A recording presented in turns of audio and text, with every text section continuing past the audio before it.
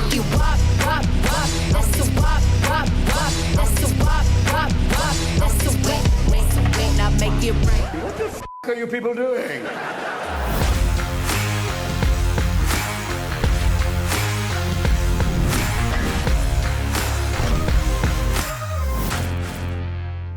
What's going on, America, and welcome to the newest episode of Real America. I'm so freaking excited. We thought we'd start this off by letting everyone know breaking news that Zoolander 3 has begun production. What you'll see here is T to the Fourth Power Y's new exhibit, of which he demonstrates that masculinity is not all that it appears to be. In fact, women are in charge, and they know it. Actually, that's not a scene from Zoolander. This is just fashion these days, and that's the only reason we brought it to your attention. Also, it is now official that Elliot Page has officially made herself a man. It's a man, baby. Yeah, yeah, come on. I think I speak for everyone when I say the funniest thing about me being fully myself, which is the title of this Time magazine cover, is hysterical because you literally cut things off of yourself. This is a great time to bring up the fact that the Equality Act is still attacking women in general. Yes, real women, and women's sports are even under attack as we speak, with this most recent woman who decided to try out for the women's lacrosse team. I'm ready to go in, coach. Just give me a chance. But on a serious note, Elliot Page is still Ellen Page, just without boobs. All right, so a lot of people have wanted President Biden to start speaking out more.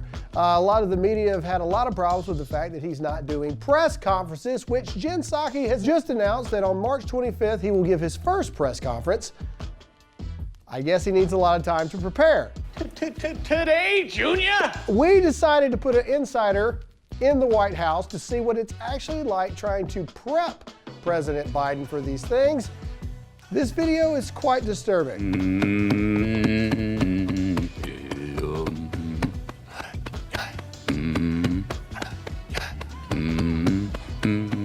On a serious note, he did do a pre-taped interview of which a lot of peculiar things came up, specifically when it comes to Vladimir Putin. As you start off, I said, I know you and you know me. If I establish this occurred, then be prepared. You said you know he doesn't have a soul. I did say that to him, yes. And his response was, we understand one another. Wait a minute. Does Joe Biden not realize that Putin actually clapped back and said that he also thinks that Joe Biden doesn't have a soul? Can we just listen to it one more time? You said you know he doesn't have a soul. I did say that to him, yes. And his response was, we understand one another. I'll take things that never happened for 500, Alex. Suck on it, Trebek. On the same lines of him losing it, everyone knows that we have a crisis at the border. Well, it depends on who you ask. Mostly Jen Psaki. Is the White House or the administration planning to ask FEMA to assist with the influx of children coming across the border? That is something that is under discussion in the administration, but I don't have any. I would just send you to them, who oversee the Department of Homeland Security, oversees the process. Am I the only one that is tired of everyone acting like we're crazy? Oh, Graham, you think there's actually a crisis at the border? I do. And I'm tired of pretending it's not. But that doesn't stop Joe Biden from saying this weird thing about the border in his interview. The idea that Joe Biden said come, because I heard the other day that they're coming because they know I'm a nice guy and I won't do what Trump did. This. Yeah. That is hilarious, because not only does it seem like he has no idea where he is in this interview, we did a little research ourselves, and on a simple Google, we found this, and it looks like Joe Biden lied on the presidential trail. They're there seeking asylum. First time ever we've told people they can't come to America. That ends. The cage is closed. The idea that Joe Biden said come, we immediately surged to the border. All those people are seeking asylum. They deserve to be heard. That's who we are. We're a nation that says if you want to flee and you're fleeing oppression, you should come. The idea that Joe Biden said come. And those who come seeking asylum, we should immediately have the capacity to absorb them, keep them safe until they can be heard. This is the first president in the history of the United States of America that's anybody seeking asylum has to do it in another country. Do you have to say quite clearly, don't come? Yes, I can say quite clearly, don't come. First time ever we've told people they can't come to America. Don't leave your town or city or community. The truth is, we do have a crisis at the border, and it's starting to look a little bit like this. But the thing that is most infuriating to me is the fact that nobody seems to care about the children anymore, which was the biggest thing the Trump administration had to deal with. Remember the whole AOC acting like she's sad about the cages and then come to find out that she's not even in the spot where these cages actually are? President Trump even brought this very issue up in the presidential debates. They built the cages. Who built the cages, Joe? Let's talk about what Who built the cages, Let's Joe? talk about what we're talking about. But here's the thing. This is actually something that has been addressed with Joe Biden for a long time. In fact, during the presidential campaign, this happened. We didn't lock people up in cages. We didn't separate families. We didn't do all of those things. That's really funny, President Biden. And with all due respect, sir, I just have to point out that this is actually the news right now. Now, more than 3,200 unaccompanied migrant children are in Border Patrol custody, and that's a record high. Nearly half of the children, 1,400 of them, have been held beyond the 3-day legal limit in holding cells not designed for children.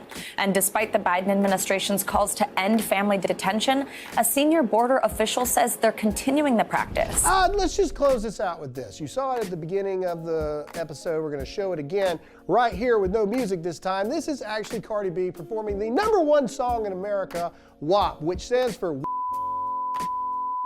But that's not what got her the most attention. What got her the most attention was clapping at Candace Owens and then spreading false information about Candace Owens' family. You'll see in this series of tweets how things unraveled quite quickly and has ended with Candace Owens now saying that she is suing Cardi B for defamation. Turns out, you can't just say lies about people without any kind of repercussion. And with Cardi B's song being the #1 and the degradation of women literally falling on her shoulders, I think she can afford this. You know, once you start making money, everybody wants you to be their kid's godmother. Oh, I present to you the worst fact check of all time. Everybody has seen this picture. Yes, the one in California stating that gas prices are over $5 already under Joe Biden's administration. But here's the thing. This picture got fact checked. What you see here is in Santa Monica, California at what appears to be a Chevron, but this was marked missing context by fact checkers. Why, you may ask? Well, if you click into it, you will see missing context. The gas station in these photos has long charged well in excess of average or nearby prices, according to Patrick DeHaan, head of petroleum analysis at Gas Buddy. First of all, Gas Buddy could possibly be the worst name for a business I've ever heard in my life. Second of all, this picture got fact checked not because it's not real, but because it's not every gas station. But that gas station is actually charging the amount of money for this. This is the crazy world we live in. We live in the upside down. Away! There's a crisis at the border. We can't say things online. WAP is the #1 song on the internet and blasted all over national TV for our children to see, but yet Dr. Seuss is racist. Welcome to America in 2021. And that's all we have for this show. Thanks so much for watching. If you enjoyed this, make sure to follow us on Facebook and YouTube. And as always, for those who can't, I'm Graham Allen, and I'll say it for you.